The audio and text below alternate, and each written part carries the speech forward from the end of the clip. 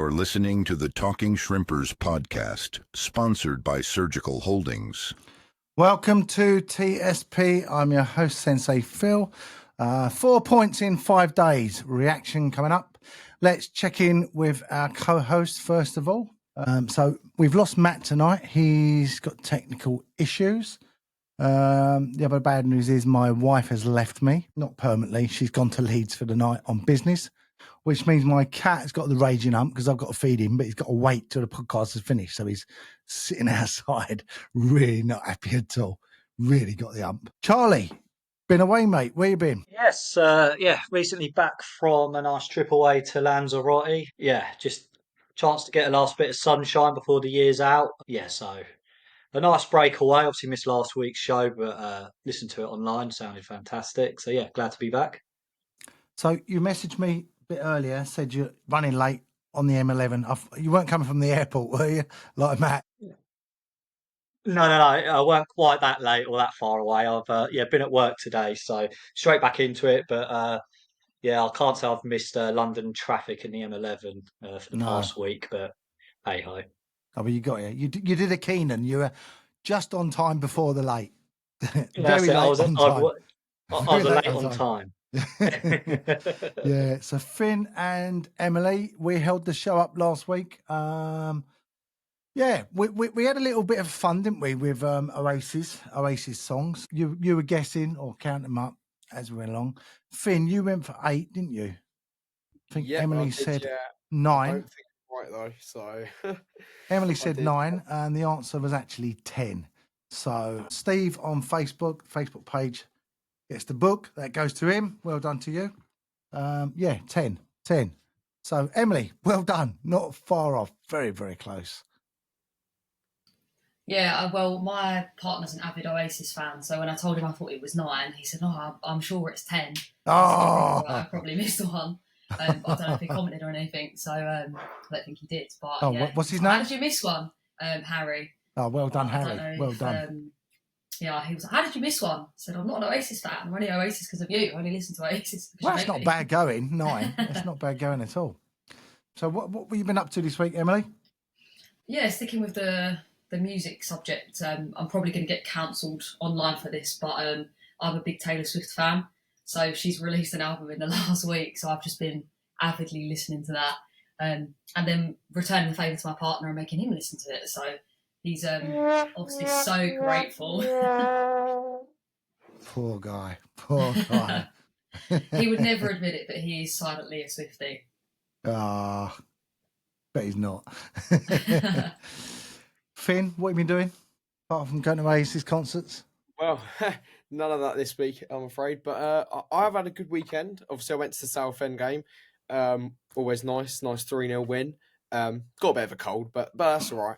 And then yesterday, you'll like this, Phil. I was actually at a fighting event. I say fighting because it's a bit of a mix of like kickboxing. What are you trying to say about me, Finn?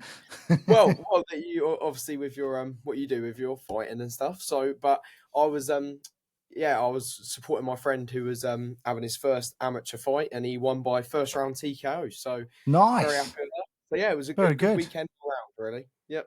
What's his name? Max. Max, well done, Max. Yeah, well done, Max. He did first very fight, well. It was worth the drive. Brilliant, excellent, great stuff. Well, I missed Saturday's game because I had my weapons exam, which we only get to do 4 times a year, and I have to pass that to be able to go on to do my 4th dan. It was very hard, but thankfully I managed to pass it, despite one of my arms deciding to do its own thing, which I still got a bit of numbness and tingling in it. It was quite tricky with a nunchucks because as you swing around, catch with the other, my arm's like, where is it? So it didn't start off well, but as I got into it, it was all right. So yeah, I was really pleased with that. So that was good. Okay, let's get some match reaction. Boreham away last week. Point on the road after 2 defeats. Much better performance. We had a couple of penalty shouts and a disallowed goal for Dallas. We're going to talk about those. Finn, first off, I don't know if you were watching on the box, weren't you? I thought there was a penalty shout with a push on Goody, and then the ball went out. I think boys crossed back. put a header in and the keeper tipped it over. But I thought leading up to that, there was a big claim for a penalty. I mean, he claimed. Yeah. I must admit I don't really remember too much about the Borehamwood game, but I was watching on TV. But yeah, I seem to remember like at the time there was definitely shouts for a penalty and stuff. But I haven't been able to watch it back, so I'm not too sure. But I remember at the time I was definitely thinking that there was shouts for a penalty, 100%. Yeah, so that one for me, I thought it was. And then we had disallowed goal, Dallas. I don't know if you saw it, Charlie, but, you know, who was it? Femi Olaseni, I think that's his name, went up for a header with Goody out wide. Yeah. It landed to Gus. Femi's on the floor. Gus smashed it in, and Dallas has put it in on the line, and the Lino's played it up. Now, my initial thoughts were offside, definitely. But then, you know, freeze framing it 100 times on my TV and getting the right capture, you do see that actually the defender Femi, his head is almost touching touchline, which actually keeps him on by about a yard. So for me, the lino got that wrong. But we've got to remember, he don't have the advantage of VAR. He can't be looking down and looking up. You know, he's looking across. He's also got Goody obscuring him. So I could forgive him for that.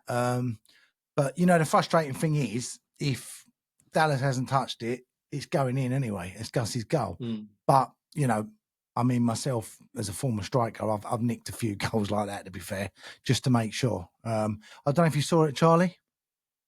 Yeah, obviously I only see it back on the highlights. Obviously, being away, I wasn't able to watch it. But yeah, I think watching it real time, I thought it was very, very close. I couldn't really say either way, if I'm being brutally honest at the time. But like you say, I mean, we do give the linesmen and the officials at this level quite some stick with some of their decision making. Rightly, sometimes they don't give themselves the best chances, but I think on this occasion, I say just the amount of bodies in the box.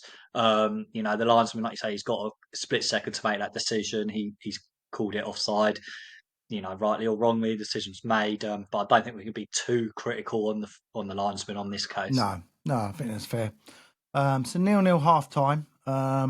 Speaking to Brunty after the game, Zach Brunt, he said, you know, they were happy with that, and their plan was to come out at a second half.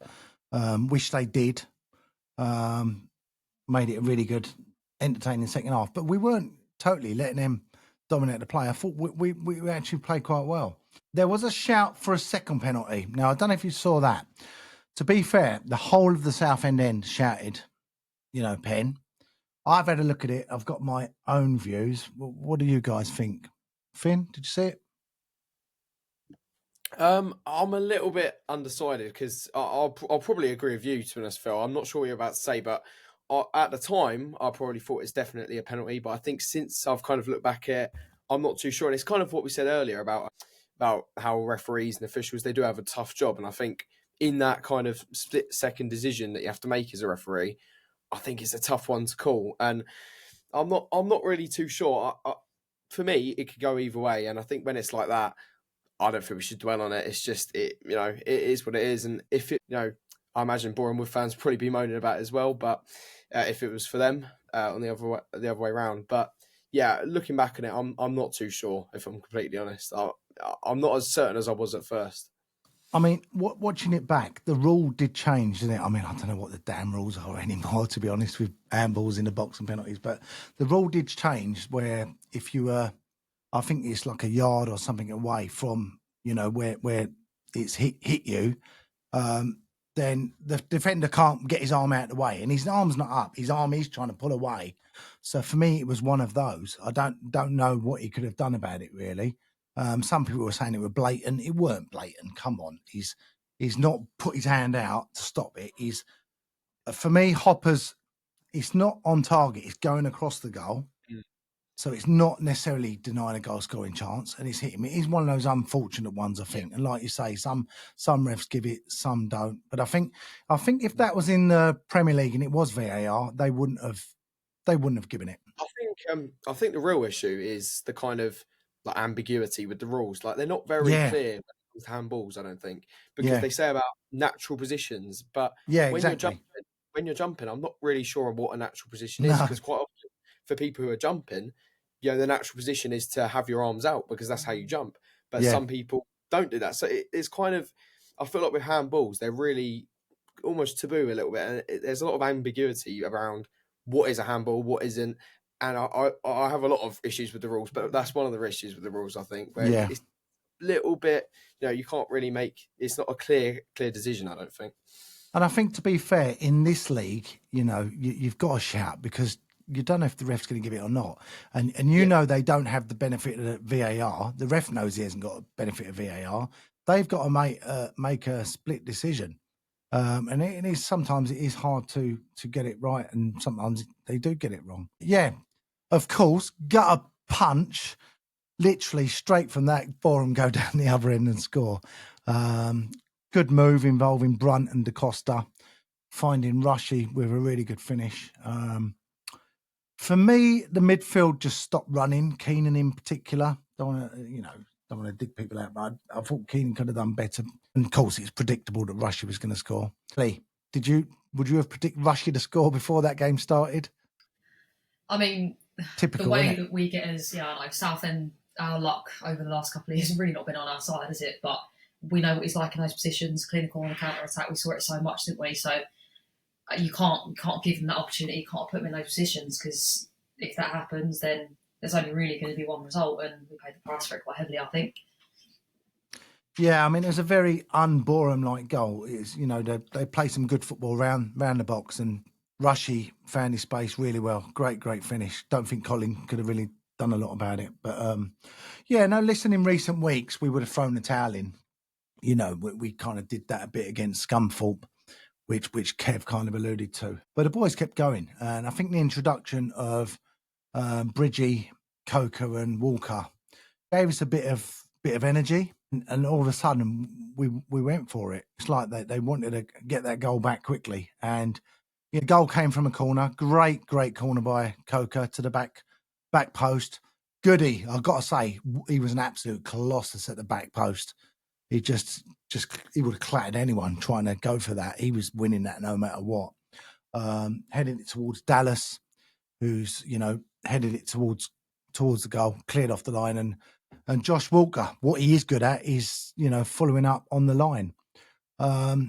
Looked like a training ground set piece to me. Charlie, well worked goal. Yeah, absolutely. I think it's clear to see what threat Goodliff poses in the box, both boxes, but especially when we're attacking. He's clearly a man that we aim for. You sort of see him, round that back post, and he's either tries to get a shot away on target himself, or if he's not able to, head straight across that 6-yard box and ask questions of their defence, and hoping that one of us are there closing in on it. We see it throughout the season. I think he'll probably be disappointed on that he hasn't got a couple more goals this season. He's had 2 or 3 opportunities this season himself, that he, on his terms, if he's been honest, he probably wishes he should have done better, maybe. But he's certainly a threat. We've seen it all season. See at the end of last season what he can do in the box. He's clearly someone that we look to utilise and play to his strengths for sure. So, Finn, 1-1, fair result for you in the end? Yeah, I think so. Yeah, to be honest, before the game, I know we needed a win, but if you, all things considered of their form and the kind of form we were going into the game with, I probably would have taken that before the game. Obviously, you want to be winning games, especially when you're chasing promotion, but I think, all things considered, 1-0 against the side who are on such good form, it is a good result. And to be honest, I think Borehamwood's keeper as well, I said about him before the game. Yeah. And I think particularly early on, he made some quality saves, and really, I think inside the first 10 minutes, he made about 2 or 3 saves that you think, most keepers at this level probably wouldn't save those. So I think, all things considered, considering how good of a side they are, the quality they have in there, and how well the keeper played, I think, probably a fair result and a good point. And the lad that I picked out last week, Abdul Malik, I mean, what a handful he was. Pace and trickery, unbelievable. But I actually thought we handled him quite well. Yeah. I think we did well with our preview actually on the last podcast where we were talking about players to look out for, etc. Because I think we pointed out the goalkeeper, you mentioned, and also obviously Rush and Brunt, and all the players that we were kind of mentioning were the key players for them. And so I think our preview last week was pretty decent. Well, it was quite funny because I was speaking to Brunty after, and I was talking about Abdul Malik, and he said, "Yeah, he's a great player. He's obviously quite young. He's still got a lot to learn, but yeah, he said you get with him. He could take 3-4 players on, but it's the end product. And then I don't know if you saw it, the game at the weekend. He scored an unbelievable goal. Abdul Malik. He's he's a proper good little player. But yeah, I think we hounded him well, and I think." We came back really well from going to goal behind. So, yeah, in the end, I was happy with a point. It would have been nice for 3. But listen, Saturday, we had another game, and we did pick up 3 points. Another 3-0 home win.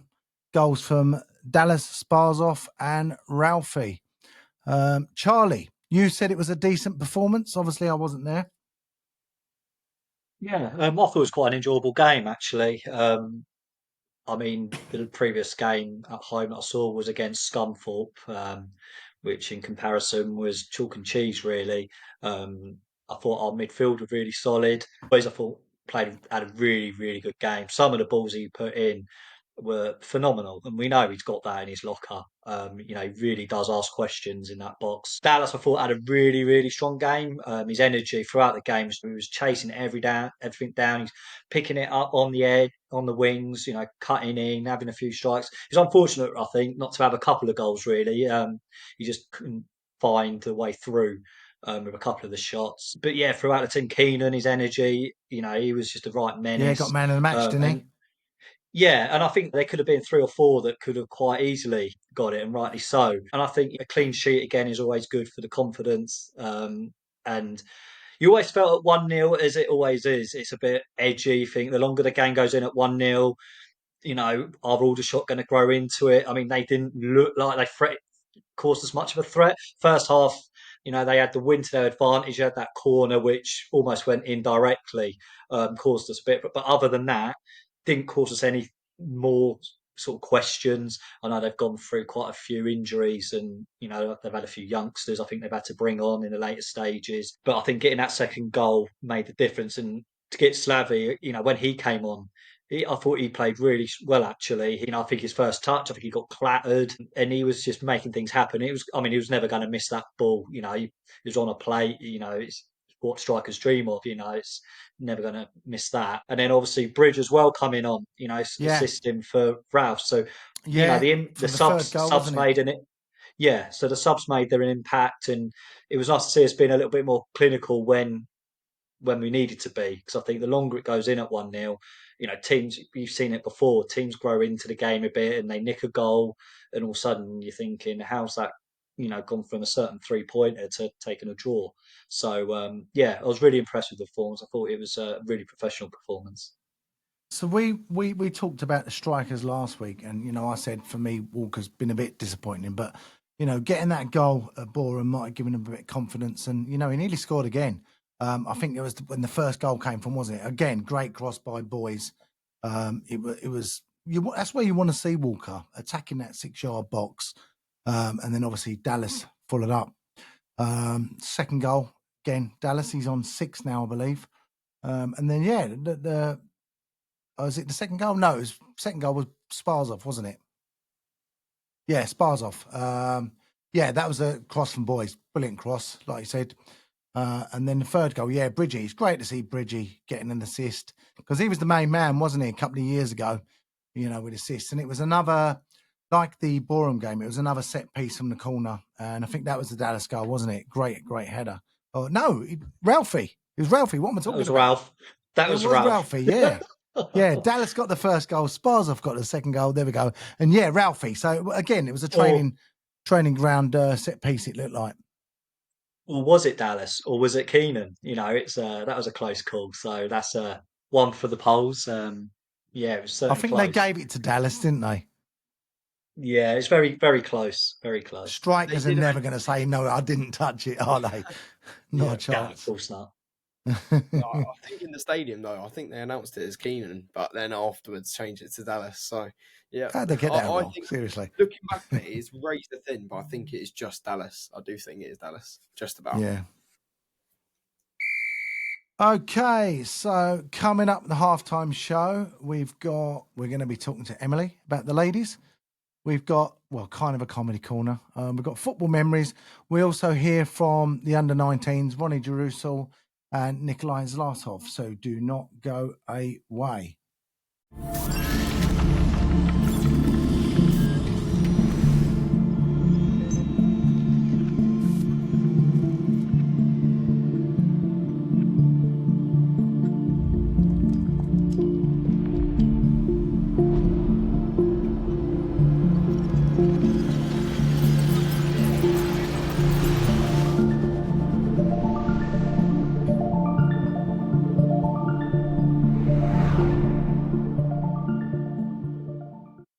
This is the halftime show in memory of John Gurrell. The Southend United ladies with Emily and Chloe.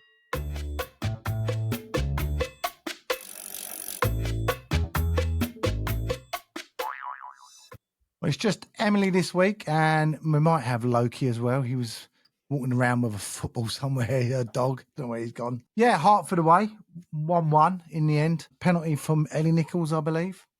Another point on the road. Points lost or point gained? I think, firstly, respect the point, because it was a game that really could have swung either way. I think it was a game that was really killed by the officiating. The game was there to be had for either team, really. I'd argue we were probably the team that deserved the 3 points. But I think, given the state of the officiating in that game, I think we're kind of happy and almost lucky to be walking away with a point. Ellie clinical as ever from the spot. So yeah, respect the point, but I would argue, probably 2 points drop there. So it's 5 goals now, I think, for Ellie. She's up and running, definitely. Yeah, and it's so nice to see her back on a good bit of form. She's so crucial to she's the a great success player. we've had the success we've had in the last couple of years. Her and Georgia up front together, they just work so well because they're such kind of contrasting players. Ellie's quite happy to have ball to feet. She'll hold the ball up and then find that pass in the final third, whereas Georgia was quite happy to flick on for Ellie to run in behind. And she's so clinical in the box. She's so calm. When you speak to her after the game, you talk to her about how kind of composed she was in the finish. She's just kind of like, no skin off my nose kind of thing. She really is that chill. So, what a player. So just a point between us and Hertford. Obviously, that keeps us a point on top of them. Looking at league, we've still got a bit of work to do, haven't we? Yeah, I think I kind of spoke about it last week. I think if we were to get another 3 points, to say we win this weekend, it really kind of just blows it back open again. The middle of the table is so close at the minute in terms of kind of positioning and where people are. It's the league's kind of so tight in terms of who's going to kind of finish mid-table and who's going to go down. So I think given the form we've had in the last couple of weeks, it's good for us. The start of the season wasn't the greatest. I'd say we're probably back to 0 now. We want to push on and go up to 100 and show the levels that we had in the last couple of seasons, because we've got the quality to do it. We 100% have got the quality to go up. We just need to be turning these draws into 3 points if we want to be challenging at the top. So we've got Wormley Rovers next. I think we've got a week off, haven't we, this week? We've not got a game? Yeah, I believe so. I think it's maybe an FA Cup weekend or there's a... Yeah, so we've got a rest week. But so we've got Wormley Rovers next. They're sitting in 4th. They're 5 points above. So a win against those would, bring it back to 2 points. Looking at them, they lost on Sunday 3-0 at home in the Cup. So maybe a good time to play them. Confidence might have dropped a little bit. As I said, we get 3 points and it kind of, as you said there, it kind of just blows it straight back open again. I think the ties and the games that we've had against them in recent years, it's kind of swung both ways.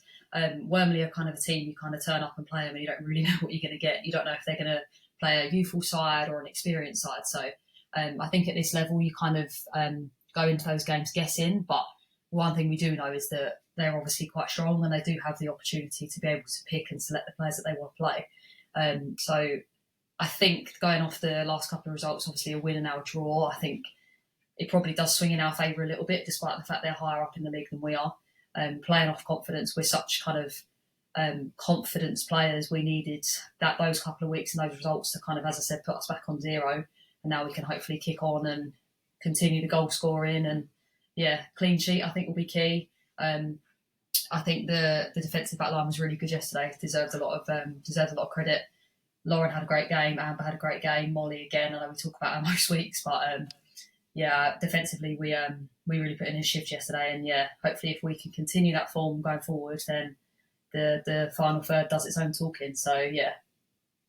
So brilliant. Yeah, point on the road. Like I say, Wormley Rovers next. Hopefully get a win there at home.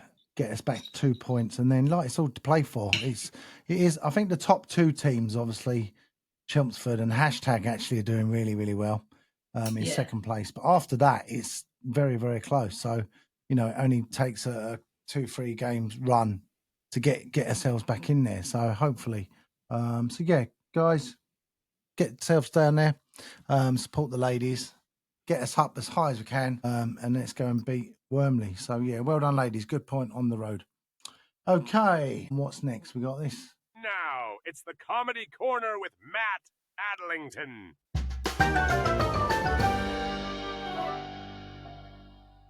It's really not. Where is he? Where is Matt? So listen, I thought what we do, we need those caps again, don't we? And the goatees. Charlie, you pulling it off quite well, gotta say. Yeah, like I was saying, tell us some jokes. My jokes. Yeah, they're not PG. Will be taken off air. So, and some people would argue they're not even funny anyway. So, we'll leave that to Matt. I thought I'd have a look what day it is. I'm always curious what sort of they come up with all these weird sort of days. There we go. It's Irish Road Safety Week, National Curry Week, apparently. PA Week, could do with a PA. Egypt Armed Forces Day, Honduras Discovery of America Day, Kiribati Education Day. Now it's these two that got me. Mad Hatter Day. So that's one for Luton. And this one, Active Aging Week. What the hell does that mean? When is it not Active Aging Week? Do you know what I mean? Don't we have that every week? I feel like I do. Are you going to put those all into one joke, Phil? Every single one you just named. Good luck. Pretty much, yeah. Yeah. Active Aging Week. Apparently so. There you go. It's also Cerebral Palsy Day, which really important charity that I support. Got a good friend who's got, a couple of brothers with cerebral palsy. Very, very difficult illness. So, yeah, if you do have any spare change, do put it towards that charity. It's a great, great charity, great cause. So, yes, there we go. No, Matt. But, yeah, Anti-Aging Week. Anti-Aging Week and Mad Hatter Day. So if you want to wear a mad hat, go for it. Go for it. Right, we've got under 19s interview. So let's have a listen. This is Durussel and Zlatov. Delighted to welcome under 19s players Ronnie, Durussel and Nikolay Zlatov. Thursday night, you played Dagenham away in the FA Cup. Ronnie, how satisfying was it to win against a close rival in their own backyard? Yeah, no, it was really good. Myself being a Southend fan, I've been to Dagenham away a few times to watch the first team, so I know what it means to both sets of fans and players. So it was sweet to win, especially at their place. It was a nice feeling. Obviously, big atmosphere there as well. I think there was 600-700 people there. Yeah, it looked a good turnout. Yeah, no, it was good to play in front of that crowd. Probably the biggest crowd I've played in front of before. So, no, it was a really good experience, good night, and the boys done really well. Fantastic. So 2 goals from you, Nick, obviously, and 1 from skipper Alfie. First goal, great finish. I don't know who's your number 10. It looked like a ball over the top, which you controlled well. Banged it in. I think it was Brandon. He did really well, to be fair, chesting it down and then putting me with the ball in behind, and it was a great ball, to be fair. And then just from there, getting onto it, getting control of the ball. And then from there, really, it was just all about getting hard. And then when I got that yard, just have the shot. And then as soon as that little space opened up, just pull the trigger and then, ends up in the back of the net. And it was a great start, 8-9 minutes in. And, the perfect start. Right. It's what you want, nice early start. Sure. Fantastic. So second goal come from a corner, header for Humphreys. it actually wasn't dissimilar to Ralphie's goal yesterday. I don't know if you saw it.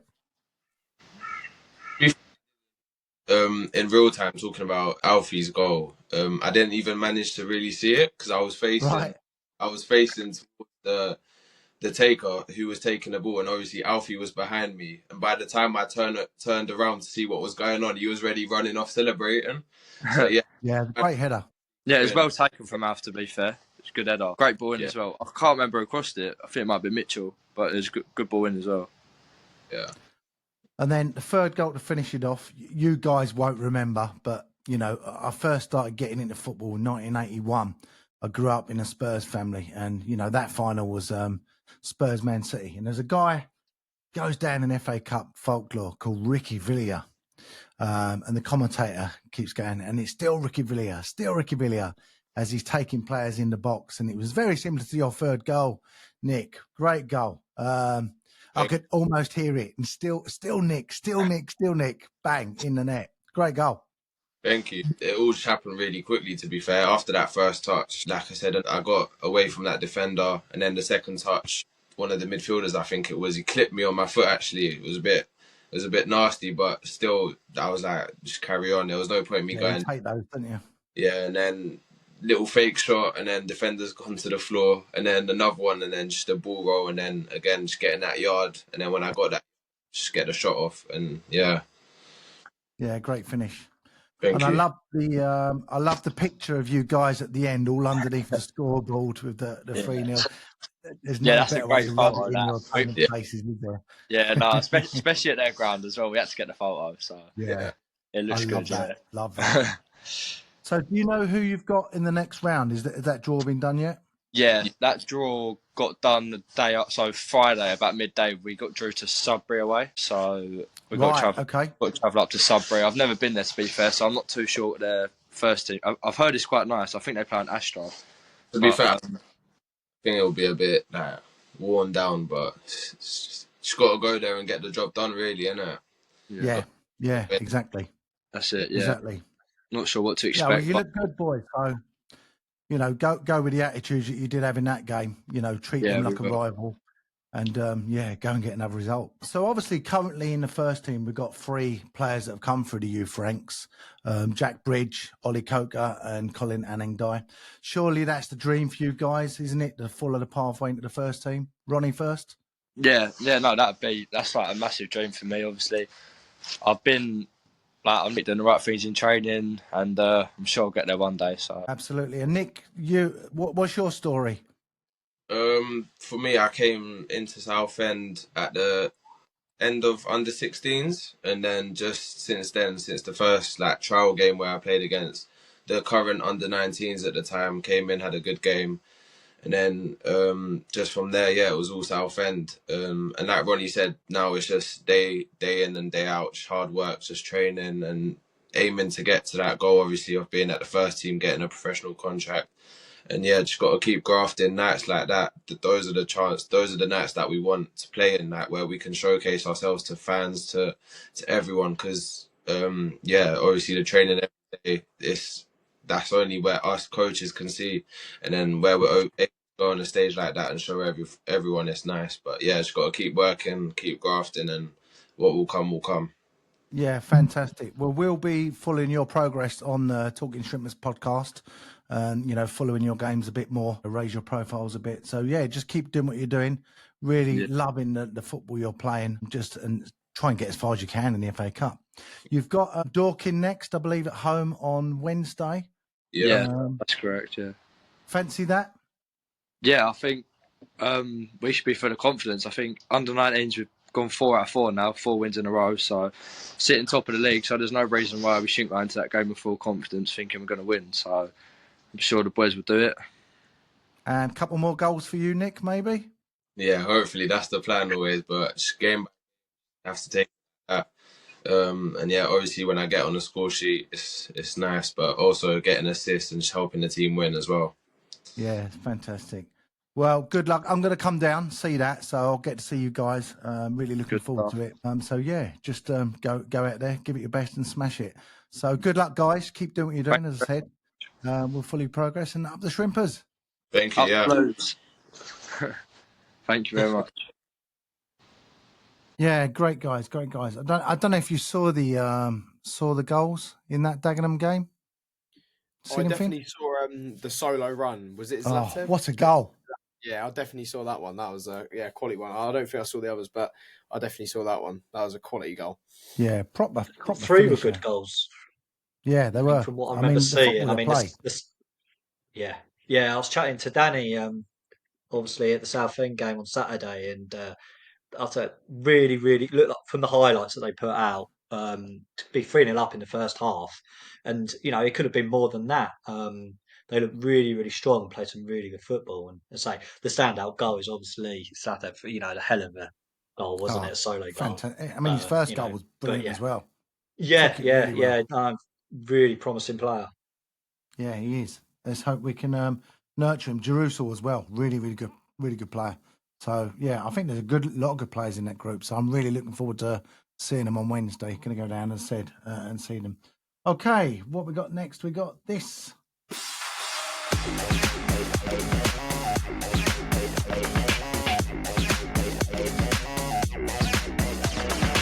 Football memories in it.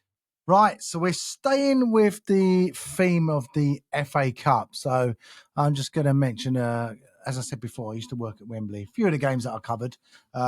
This one of the finals, was Chelsea Borough, 1997. And goal after 42 seconds by Roberto Di Matteo. I almost missed it. I don't know if you remember it, Charlie. Cracking goal, just outside the box. 42 seconds. That was the fastest goal in FA Cup history at that time. There's since been a quicker one. Anyone know the answer? Emily probably get it right. She always does. Is it? Shall I have a guess? Was it Gundogan against Man United? It was, yeah. How many seconds? Oh God. That is elite level knowledge from you, by the way. I don't know. I'll guess. How many seconds was the other one? 32 seconds. I'm gonna guess. What are you going for, Emily? 32 seconds. I'm gonna guess. I'm gonna go 37. I'm going 17. 12 seconds, guys. 12 seconds. 12. That's mental, isn't it? Yeah, 12 seconds. Unbelievable. So yeah, I definitely would have missed that one if I was there. That's for sure. I think probably most people in the stadium missed that one. So yes. What round was that? Do we know? Say that again. What round was that of the FA Cup? That was the final. That was. Oh, it was the final. Yeah, that was just 2 years ago. Yeah, just 2 years ago. Yeah, unbelievable.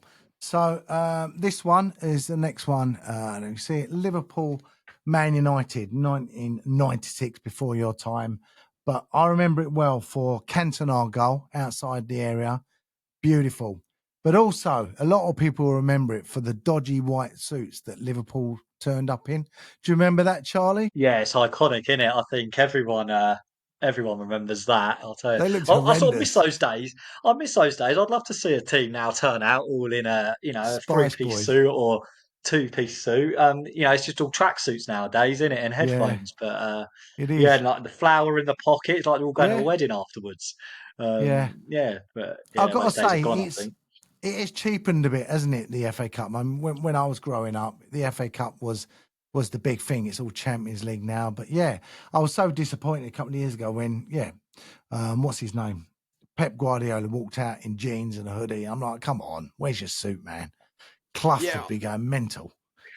I think, Phil. I think nowadays what it's like is it's cheapened for the bigger clubs, but like it seems like for the smaller kind of clubs, like in the lower leagues, it still feels like the magic is there because, like you saw, like just around the corner from me, like Maidstone, what they did a few years back, where they were having some crazy cup run.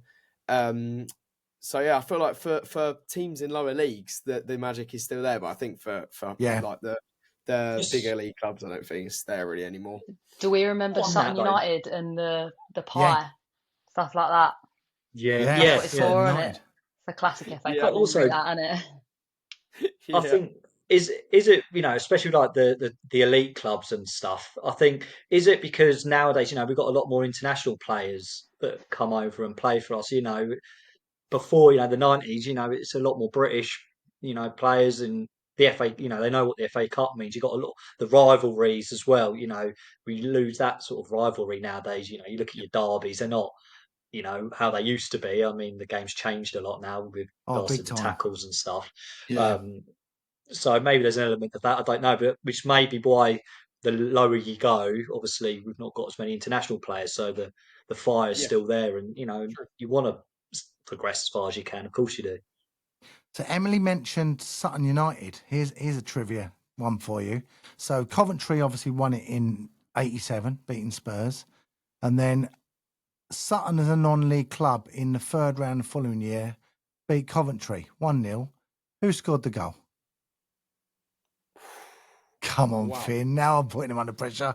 See how good you are. In what year, sorry? What year? It must have what been year? 88. 88. Was it an ex-Shrimper?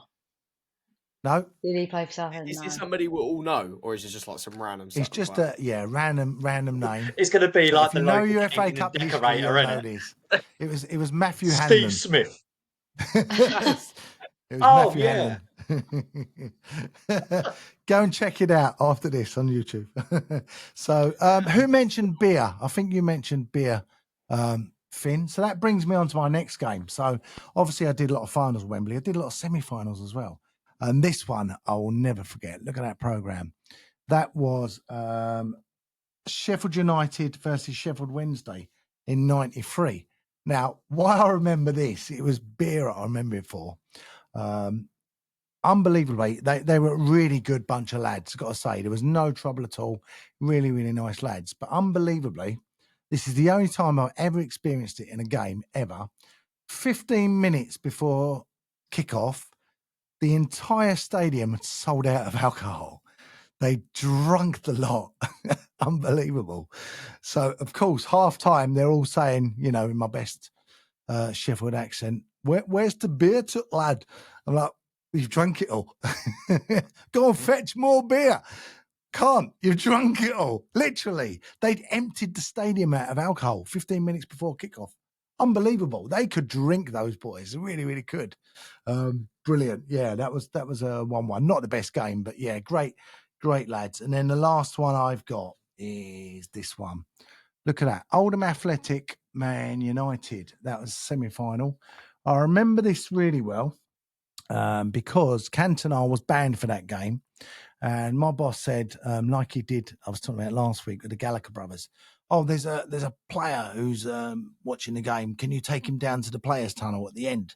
So I'm like, oh, yeah, all right then. Okay, I didn't know who it was, and it turns out it was Cantona. He was banned. It was like, it's Eric Cantona. So I was taking him all these sort of secret tunnels of Wembley, and everyone's like looking like this, and he's a huge guy.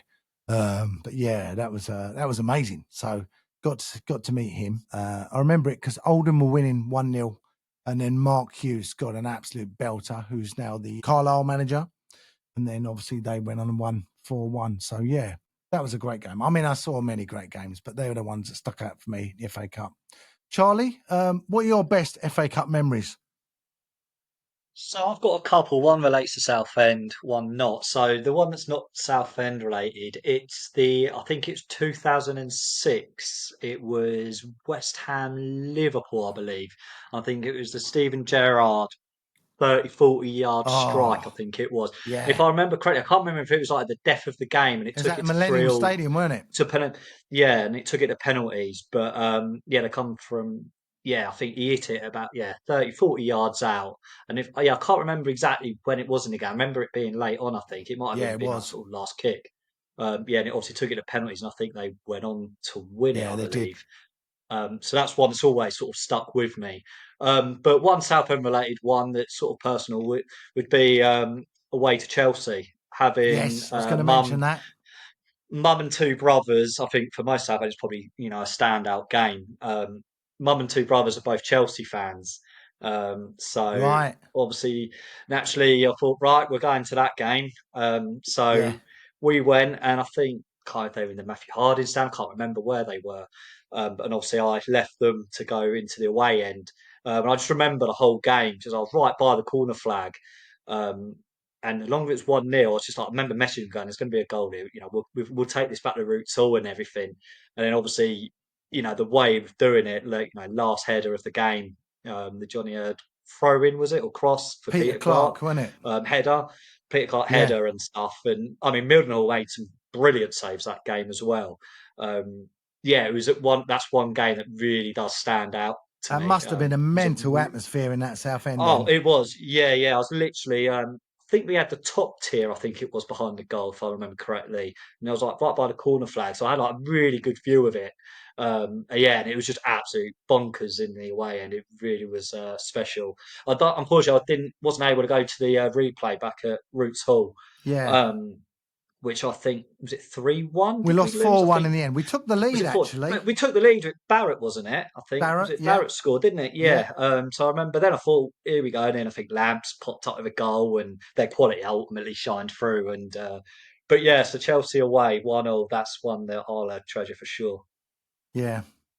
Emily, any FA Cup memories for you? I think on the ladies' side, it was like the second time maybe we'd entered the FA Cup. This was probably about 3 or 4 years ago. It was the season we got to the first round proper, and we've only ever done it that one time. We played away with a team in Kent. I can't remember what they were called, but I just remember I think I was playing either up top or on the wing, just when I could play, and the ball comes to me on the halfway line, and I just picked my head up, saw the keeper was miles off her line, and I just popped one over her head, and we ended up winning 1-0. Nice. And then got to the first round proper. But I didn't celebrate because I thought, there's no way that's going in. I remember turning my back thinking, it's all right, I'll just set myself back for the drop kick again. And then it ended up going in, and we got to the first round proper where we played Always celebrate. #. Celebrate. But that was a good one for me. Finn, what about you? Well, in my lifetime, I mean, Southend haven't, since in the last few years, we haven't really done much in the FA Cup. No, we haven't. I guess the Charlton game, which was last season, that was probably my best. But I've been to one final, and coming from a family of Hammers, it was the women's FA Cup final, and it was West Ham versus Man City.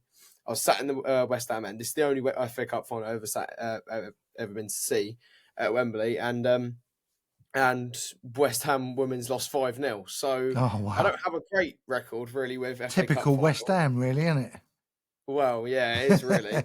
But then I guess in the semi-final of that same tournament, I also saw the semi-final of the West Ham women's. It was at Wycombe's ground, I think, and we're playing Reading. I think I can't quite remember. I think it was Reading, and we're playing in Wycombe's ground for some reason. And I was quite young at the time. I must have been about, I don't know, I can't remember how old I was really, but I was very young. And I remember saying to my dad, we hadn't been to too many women's games at this point, but I remember saying to my dad, one of the players to watch out for on the women's team, I think it was Rosie Kimpter, if anybody knows. And I was saying to my dad about she's a player to watch out for and stuff. She's a good player. And then I get a tap on my shoulder, and her mum is literally standing right next to me. Oh, really? Yeah, and she was like, "Oh, you can meet her after the game." So I was like, "Good job, you didn't say anything bad, isn't it?" Oh, yeah, that's immediately what I thought, because I was thinking, imagine if I was slating She's her. Terrible. Yeah, and next month. But yeah, so I don't really have too many FA Cup memories. I guess I've been a bit unlucky really with FA Cup runs, but yeah, hopefully some more in the future. But the three that stood out for me, Southend. Charlie's mentioned the Chelsea game. There was this one before your time, guys. Year 2000. You definitely wasn't here. Southend v Canvey Island. So Southend drew Canvey Island, unbelievably, at Canvey, but they switched it, played it at Roots Hall. And I had to go to that. Being a former Canvey player and obviously following Southend, I wanted to see that game. And just looking at the lineup here, so Canvey included Mark Stimson, who's played for Southend, and Steve Tilson. Also, I remember playing for Canvey against us. Kev Mayer played for us, obviously. We had Daryl Flahaven, Leo Roger, some really good names there. But I don't remember too much about the game. I think Southend won, but that was a great game just to be at, to be the sort of atmosphere of a local derby, if you call it that. And then, Charlton Athletic, mentioned last season. That was a great game. 4-3 in the end. We were I'm just looking at it. I think we scored, didn't we? Really late. Yeah, we scored really late. 90 plus They 3 scored in minutes extra time, to weren't go it? into extra time. Yeah. Yeah. So I remember texting Justin. He was in Australia at the time, saying, are you watching this? And he's like, well, it's not being aired here, but I'm following it. So I said, would you want to see if I just WhatsApp you? I can do it on the video. So he watched it on my video. We watched the extra time, and then literally, it was so close to going to penalties, weren't it?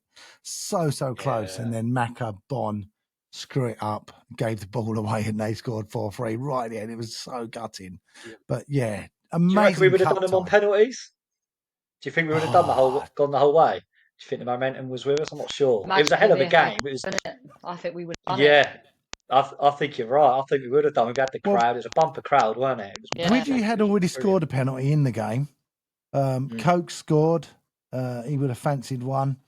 Yeah, listen, penalties are lottery, isn't it? Who knows? Yeah. I just thought, Phil, I have one more kind of memory about the FA Cup. Again, not a good one. I don't have any good memories of like happy memories or anything with the FA Cup. But I guess with the Are you going on Saturday, Finn? On Saturday. Yeah, stay away. Can we take his ticket away? I'm not liking what I'm hearing.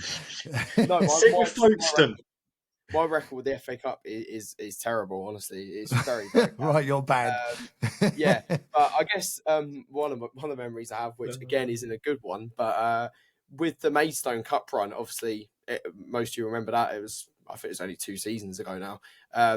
And for most people who are on the outside looking into it, it's a good thing. But I guess if you're living in Kent and you're not a Maidstone fan, I think for a few weeks I was like the most targeted person in Kent, because I would walk down the street and all I got people saying out their cars things at me, because I'm like known as like a Southend fan in my area, because it's like weird. There's no other Southend fans. So I was having, honestly, the amount of my friends that were going to these games and having a great time, and then I was going and watching Southend get battered and stuff. And yeah, so for a few weeks I was very famous, but not for the right reasons, because everyone's taking the mick out of me for not supporting Maidstone, or not pretending to at least. Wouldn't it be great to get a great cup run? The FA Cup would be amazing. Boreham did it actually, didn't they, a few years ago? I remember. I think they got knocked out by Everton 5th round or something. Yeah. I do love the FA Cup. I'd love to have some good memories, but I just don't have any good memories. So I do love it though. It's a great cup. Not for me. Well, hopefully we will create some good memories this Saturday. So we've got Folkestone Invicta, as I said last week. I don't know anything about them other than they're doing really, really well in their league. I don't know how they got on the weekend. Any ideas, anyone? No, I'm not too sure. Obviously, they've got Joe Pigott, haven't they? Which I think you touched on last week. Yeah, so he'll be back. So he's a familiar face. But as for the rest of the squad, I know very little about them, as I imagine most people will. So I know, they're doing very well in their league. I think, they were unbeaten, I believe, up until the weekend. I'm not too sure what their result was. We'll have to check on that. But they were unbeaten. Yeah. Leading up to the weekend. Let's have a look. Shall we have a look? Sadly, I do know a fair bit about Folkestone. Yeah, they won again. Why do we keep drawing these Kent teams in cups? Because it's going to go wrong again. I'm going to get the mick taken out of me at school. You go and sit in the Folkestone end. Sit in the away end. Yeah, well, I might have to, mightn't I? Because honestly, because we had obviously Maidstone and their cup run and all the rest of it, and then Sitting Bull's not that far from me, and then you got Folkestone. It's like, oh my god, please. Over Kent. Yeah. Stop drawing Kent teams. I don't want to play these Kent teams anymore. If we win Saturday, Finn, I want you running through the streets of Folkestone in your Southend shirt, giving it the big one. I will do. I'll probably get. I want evidence as well. My mum, who video that. We'll put it on this show. I want to see it. Yeah. So, Emily, obviously, different competition, but last year we were knocked out by Sitting Bull in the FA Trophy. So, could this be a bit of a warning? I think it has the potential to be a banana skin, doesn't it? I think we talk about the magic of the FA Cup all the time and all those results and all those teams we just spoke about and them going to like later rounds. lower league teams, if they're not potentially doing as well in the league as they hope to, then they'll hope for a good cup run, and they'll want results in the FA Cup. And I think if we go in and underestimate, and maybe we put a weakened squad out, and we kind of, as I said, underestimate them, then who knows, magic of the FA Cup and could catch us out. Yeah, I mean, they're not dissimilar to Sittingbourne. Sittingbourne, I think, were a couple of leagues below, weren't they? And they hadn't lost a game or lost many up to that. So they seemed like a very similar outfit to, Invicta. Charlie, do you think we'll make many changes for that? I mean, I do think Gubbins could possibly come in, give Ralphie a rest. I think we'll play quite a strong team. I think we'll look at the FA Cup as a cup that we'll want to try and progress as far as we can in, for the finances, for one main reason. The money it brings in and generates, that'll be a big plus. And I think any cup that we go into, I think we're going to want to try and progress as far as we can. I think FA Trophy, I think we'll look at that as a cup that this year we can potentially go all the way to win. So I think the FA Cup, I think we'll put a strong team out. I do think there'll be a couple of changes saying that. I think Jack Bridge, for one, I think he'll be knocking at the door now saying, I think the last few times he's come on, I think he's impressed me. I think he looks like the Jack Bridge we've had a couple of years ago. He's looking really tricky. And I think you saw it on Saturday. He came on, but he came on the right-hand side. And with Gus having a bit of a niggle, it gives us that bit of option that, maybe we can have Boys on the left, Bridge on the right, and it'll give both wings something to think about. As you say, I think Gubbins will look to come back in, and I'd like to see Slavy start as well. He had 10-15 minutes at the weekend, looked really good, so I'd like to see him. I don't know if Dallas is able to play. I don't think he's going to be cup tied, so that would probably be an enforced. That may be an enforced change. I don't know. I'm not 100% sure on that. Obviously, been on loan. So potentially, I'd imagine you're probably going to look at Hopper and Slavy, Hopper and Walks maybe starting. But the rest of the squad, I don't think. Maybe Nick Hayes in goal. Maybe he might look at him and using him giving some minutes during the cup. I don't know, but other than that, I think we're going to. I mean, even with those players in, it's not a weakened team at all. No. They could walk into our starting lineup at any given moment. So I think we'll give it a really good go. And I think with years gone by, maybe we'll look back on that and go, right, we need to wake up a bit here. We've got to be at our best. But Folkestone aren't, they're not unbeaten for no reason, albeit they're a couple. And they'll be giving it a go. It'll be a cup final for them. But I mean, and a typical one is look at when we played Man United, no one would have given us a chance going into that with their superstar players and stuff. So we've got to be at our best, be professional, and we'll get the job done. Our quality will ultimately come through. But I think, other than those changes I mentioned, the rest I can't really see too many changes. Looking at that Sittingbourne last year, Kev didn't actually make too many changes going into that game. So he had Harness in goal, who did play the game before. He played a few. Gus played, Goody, Taylor, Ralph, Gubbins, Maltz, Keenan, Charlie Kendall, Hopper and Walks. So that team's not dissimilar to the one that played the game before. So, it's not like he made wholesale changes and we lost because of that. I just think we underestimated them. And Emily, do you think we've got to not do the same again? Well, I think so. I think, as Charlie said, you can't make too many changes to the starting lineup. One, I think, is confidence thing. I think why change a team that is coming off the back of some good results, finally found a little bit of form again. So why change it? I think it's a good opportunity for players like Coker to maybe come in, maybe nick a few goals, get his confidence back up, and start fighting for places in the starting 11. We want a competitive squad. We want to create an environment where it's competitive, and we want to push to play the best football we can. So good opportunity to go out strong. I think, do a professional job, make a bit of a statement, and not underestimate them. I think that's key. Let's get some predictions. Quite a difficult one, this one. Yeah. Start with you, Charlie. Oh, thanks for that. Like you say, I know very little about them. I'm going on the basis that there are a couple of leagues below us. We're at home. Let's go a 3-1. a 3-1 win. Emily? Yeah, I was going to go 3-1 as well. I think it's FA Cup, goals are going to come out, aren't they? So I think it does depend on what squad he starts as well. If he goes strong and we do get some goals, but you don't know who's going to start in defence. So yeah, 3-1 for me, 3-1 win. I didn't give it a thought about Dallas actually, so I don't know if he is going to be playing or not. I think that could make a difference. I was going to go 4-0, but now I'm a bit worried now. Go with your gut. I said 3-1, and I think we might go 1-0 down quite early. Yeah, because I think they'll come obviously to us, and I think they'll start fast. And I think we will probably underestimate. They're obviously unbeaten for a reason. I think we get shocked with a goal, and I think it might kick us into gear a little bit. So be an interesting but just with game. that as well, obviously Pigott, he's not like he's not getting on or anything. We know what he's like. He knows that he's played at good level.